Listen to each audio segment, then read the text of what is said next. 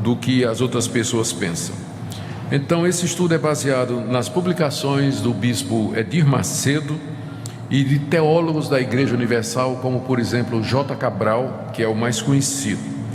Também em gravações de programas de rádio e de TV, e especialmente o site da Igreja Universal, que é público e aberto a todos, onde vocês poderão encontrar boa parte do que vai ser dito aqui.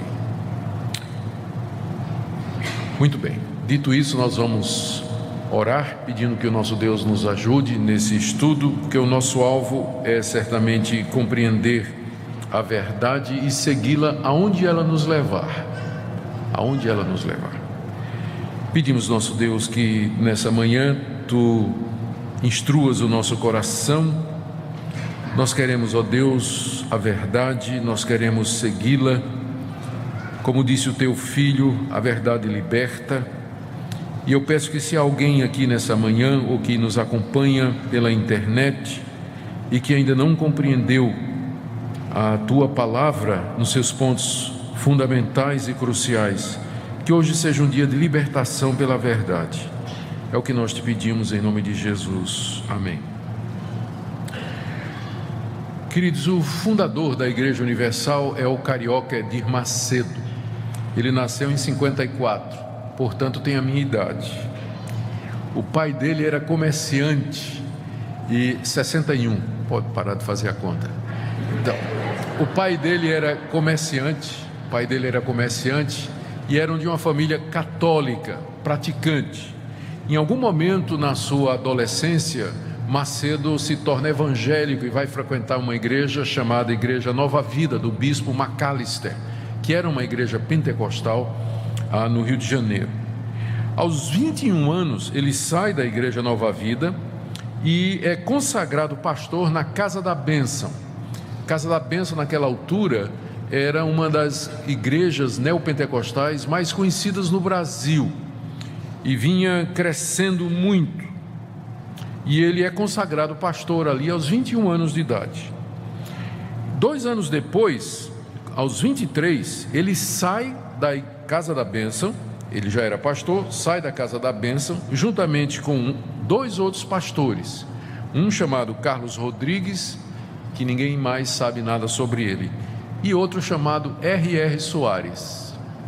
Então, eles saem da Casa da Bênção e fundam a Igreja Universal em 1977. 3 anos depois, ele briga com R.R. Soares. E R.R. Soares sai da Igreja Universal e funda a Igreja Internacional da Graça, que é conhecida também hoje, e a origem é neopentecostal, né? Ele, junto com Edir Macedo, saíram da Casa da Bênção, fundaram a Universal, depois se separaram. Em 1998, portanto, 20 anos depois disso aqui, o Edir Macedo se desentendeu com um obreiro que vinha crescendo muito dentro da Igreja Universal e expulsou o obreiro. O nome dele era Valdomiro Santiago, que sai e funda a Igreja Mundial do Poder de Deus, e que cresceu a princípio roubando ou tirando membros do Edir Macedo. Foi uma guerra na época, não é?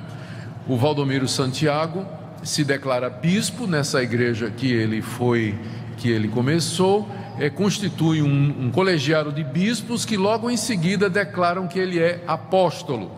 Então, Valdomiro Santiago é apóstolo na igreja que ele mesmo fundou.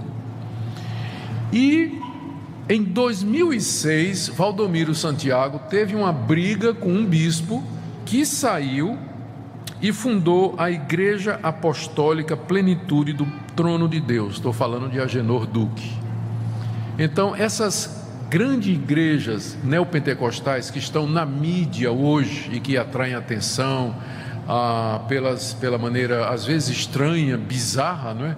Com que conduzem os cultos, todas elas têm uma raiz só, Edir Macedo e a fundação da Igreja Universal do Reino de Deus. Estas igrejas são Universal do Reino de Deus, Edir Macedo; Internacional da Graça, R.R. Soares; Mundial do Poder de Deus, Valdomiro Santiago; e Igreja Apostólica Plenitude do Trono de Deus de Agenor Duque.